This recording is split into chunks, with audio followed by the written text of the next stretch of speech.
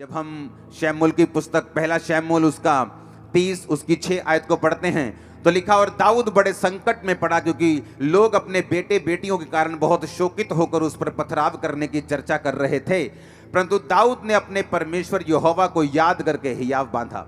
अब यहां पे लिखा कि दाऊद बड़े संकट में पड़ा। रीजन क्या था? कारण यह था कि दाऊद के सारे लोग बंदी बना लिए गए थे और दाऊद के सारे लोगों को उसके दुश्मनों ने बंदी बनाकर वो ले गए और दाऊद के अपने लोग उसे पत्थरवा करने की चर्चा करने लगे।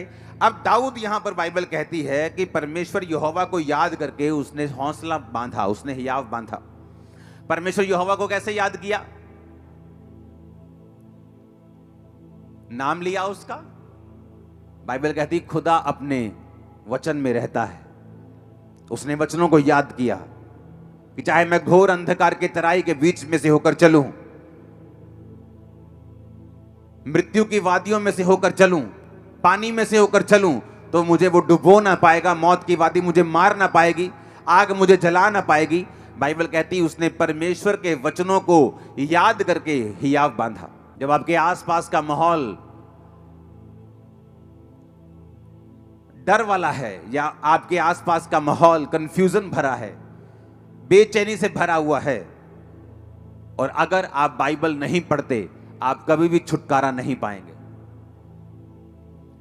जिस चर्च में आप जाते हैं, अगर उस चर्च का जो सरमन, उसका वचन आपको बाइबल पढ़ने और खुद प्रार्थना करने को प्रेरित नहीं करता, तो आप गलत सरमन सुन रहे हैं।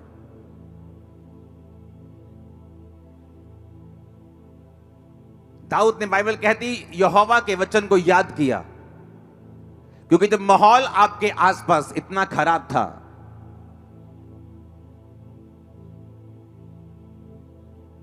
तो बाइबल कहती है कि दाऊद ने यहोवा के वचन को याद किया, स्मरण किया और हियाव बांधा, और उसके वचन को याद करके दाऊद ने अपने मन में मनन करके परमेश्वर में हियाव बांधकर आगे बढ़ा और वो बचाया गया।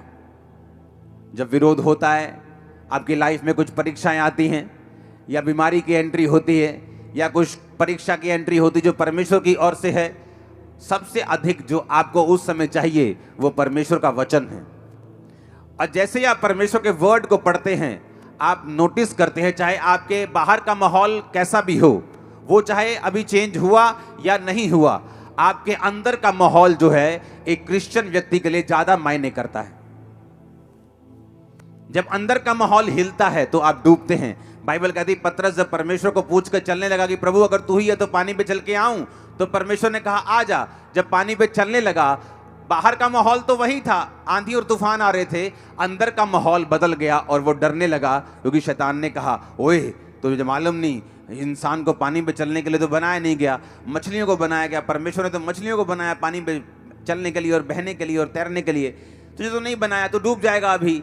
और जैसे ही उसने शैतान की बातों की ओर ध्यान दिया, शैतान भी वचन का प्रयोग करता है, वो भी वचन में क्या लिखा है उसको आपके खिलाफ प्रयोग करने की कोशिश करता है।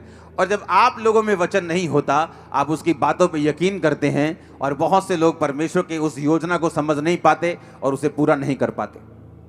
हालेलुया। अब जब उसको, बाइबल कहती है, जब वो पानी पर था और जब पानी पर चलकर शक आ गया और डूबने लगा, तो परमेश्वर ने ये नहीं कहा तू क्यों अविश्वासी बना। परमेश्वर ने कहा तूने क्यों अल्प विश्वासी, तूने क्यों संदेह किया, थोड़े विश्वासी, यानी तेरे अंदर संपूर्ण विश्वास नहीं, तूने क्यों शक किया, तूने क्यों विश्वास नहीं किया। दाऊद ने परमेश्वर के वचन को याद करके, बाइबल कहती है, हौसला बांधा, हियाव बांधा। आपको यह बात समझ आनी चाहिए, आपको एक चीज जो चाहिए वो है परमेश्वर का वचन। आप जैसे ही परमेश्वर के वचन में जाते हैं, एक रेस्ट, एक विश्राम जो है आपकी स्पिरिट में एंटर करता है, और जब तक ये विश्राम आपकी लाइफ में, आपकी स्पिरिट में एंटर नहीं करता, बाइबल कहती है आप बड़े बड़े काम नहीं कर सकते।